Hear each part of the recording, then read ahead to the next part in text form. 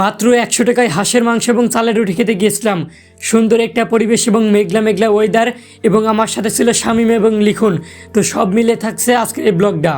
আসসালামু আলাইকুম গাইস। বৃষ্টির দিনে বাড়িতে বসেছিলাম, তো লিখন বললো চ কোথাও গিয়ে ঘুরে আসি। তো আমি ভাবলাম যে হাঁসের মাংস এবং চালের রুটি খেতে যাব। কি একটা অবস্থা গাইস, বৃষ্টি হয়ে পানি সব রাস্তায় উঠে গেছে, মানে রাস্তায় পানি জমে আছে।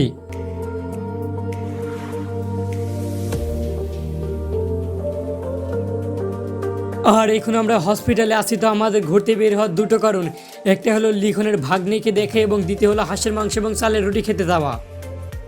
গাইস মাথাটা অনেক যন্ত্রণা করতেছে, তাও সেই বাসেই উঠতে হলো।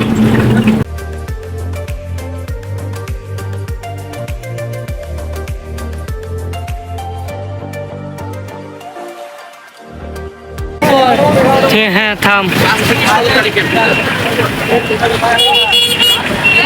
গাইজ অনেকক্ষণ পর এই যে পৌঁছে গেছি সেই কাঙ্ক্ষিত জায়গায়, ভাসমান রেস্টুরেন্টে। এই যে মানে আজকে মেঘলা মেঘলা ওয়েদার, আশা করি অনেক ভালো লাগবে এই পরিবেশে খেতে। গাইজ আমাদের টিকটক আর লিখন এসেই বসে পড়েছে। আমরা খাবারের অর্ডার দিয়ে এলাম। আসলে গাইজ জায়গাটা অনেক সুন্দর, এই যে অনেক পদ্ম ফুল আছে, মানে জায়গাটা আসলেই অনেক সুন্দর। এই যে পদ্ম এখনো ফুটেনি, তবে অনেক পদ্ম ফুল আছে। এই যে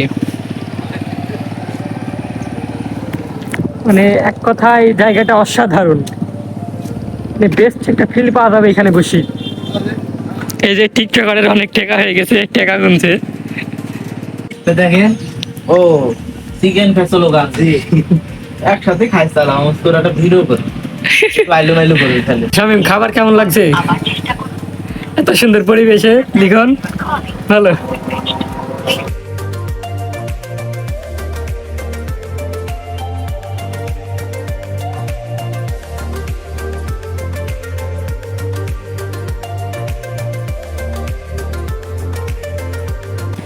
তো গাইস অলরেডি খাওয়া দাওয়া শেষ, মানে 100 টাকা হিসাবে মানে অনেকই মাংস দিয়েছিল, 4 পিস মাংস, আর খাবারও অনেক ভালো ছিল।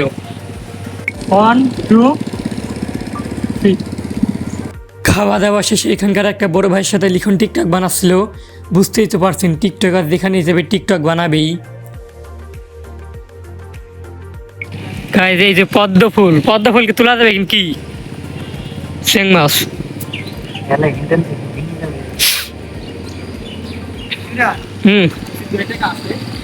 খাওয়া দাওয়া শেষে লিখন কিছু ভিডিও বানালে এবং আমিও কিছু ভিডিও বানিয়ে নিলাম। দিয়ে এখান থেকে বিদায় নিতে হচ্ছে, এত সুন্দর জায়গা থেকে বিদায় নিতে হচ্ছে।